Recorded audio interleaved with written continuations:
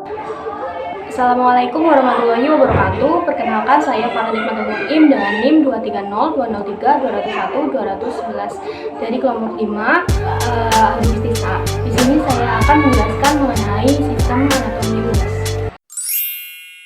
Pertama, di sini saya akan menjelaskan mengenai organ eksterior pada ayam. Nah, organ eksterior ini terdiri dari kepala, badan, tubuh, kemudian sayap, dan kaki. Organ pelindung pada tubuh unggas sendiri terdiri dari kulit, jengger, cuping, pial, bulu, paruh, sisik, dan kuku. Nah, fungsi dari organ pelindung ini untuk melindungi tubuh unggas dari pengaruh buruk lingkungan, seperti melindungi tubuh dari kerusakan fisik, melindungi tubuh dari kerusakan mekanik, dan melindungi dari gangguan hewan buas atau hewan liar.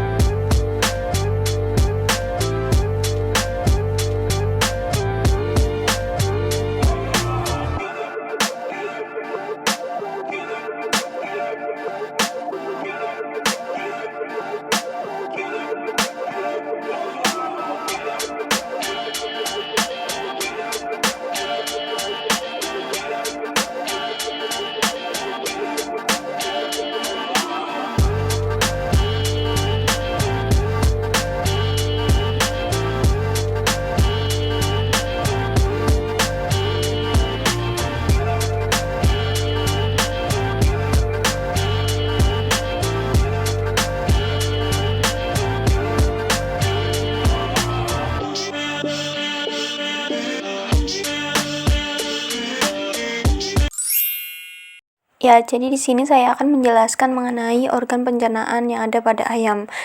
Yang pertama yaitu makanan masuk melalui paru, masuk ke dalam mulut, kemudian masuk ke dalam esofagus. Nah, esofagus ini merupakan penghubung antara rongga mulut dengan tembolok.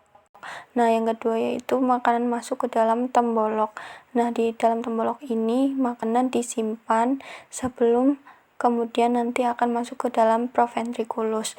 Nah, setelah masuk dalam tembolok, makanan nanti akan masuk ke dalam proventriculus, di mana nanti akan terjadi penyerapan secara kimiawi. Untuk selanjutnya, setelah dari proventriculus, makanan akan masuk ke dalam empela atau gizzard. Nah, di dalam gizzard ini nanti akan terjadi pencernaan makanan secara mekanik.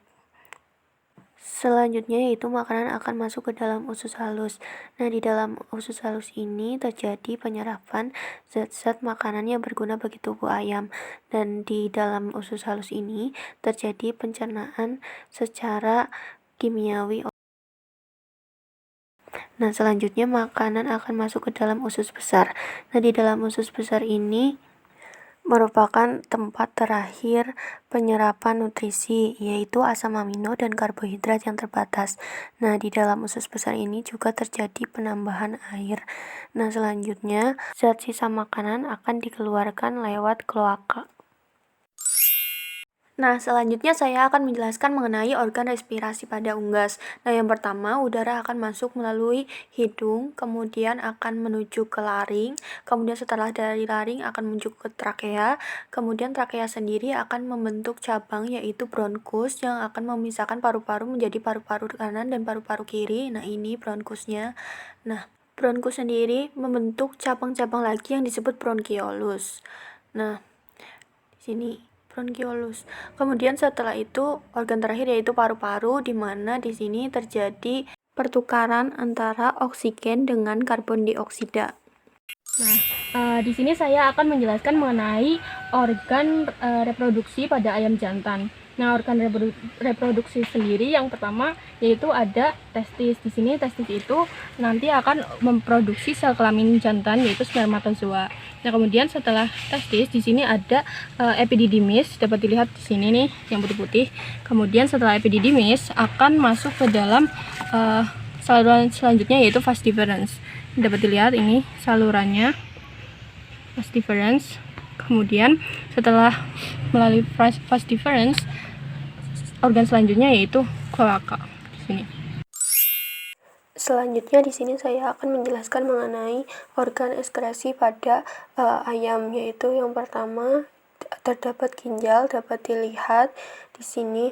Nah, ginjal sendiri berfungsi untuk menjaga keseimbangan osmosis bagi cairan dalam tubuh ayam. Nah, setelah ginjal, cairan akan dialirkan ke ureter. Nah, ini dapat dilihat di sini ureter. Karena ayam tidak memiliki alat untuk menampung urin yang telah dibuat, maka urin akan langsung dikeluarkan lewat kloaka. Penyakit yang menyerang unggas dapat disebabkan oleh dua hal, yaitu non-living agent dan living agent. Nah, non-living agent ini disebabkan oleh agen tidak hidup yang ditimbulkan oleh luar seperti faktor lingkungan, pakan, dan obat. Kemudian living agent ini disebabkan oleh agen hidup. Nah, penyakit yang disebabkan oleh living agent dapat disebabkan oleh beberapa hal berikut, yaitu bakteri, infeksi virus, parasit.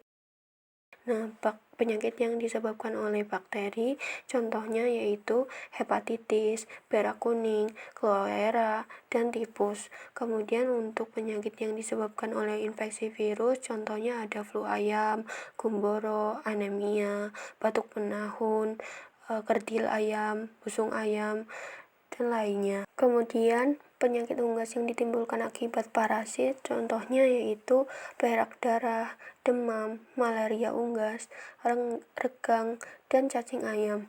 Nah, pencegahan yang dapat dilakukan agar unggas tidak terkena penyakit-penyakit tersebut yaitu yang pertama, ayam yang telah tertular suatu penyakit harus dikarantina.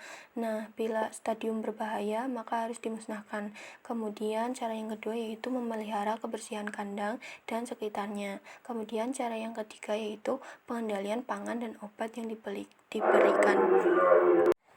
Cara keempat yang dapat dilakukan yaitu dengan melakukan vaksinasi pada unggas. Sekian dari saya, kurang lebih mohon maaf. Terima kasih. Wassalamualaikum warahmatullahi wabarakatuh.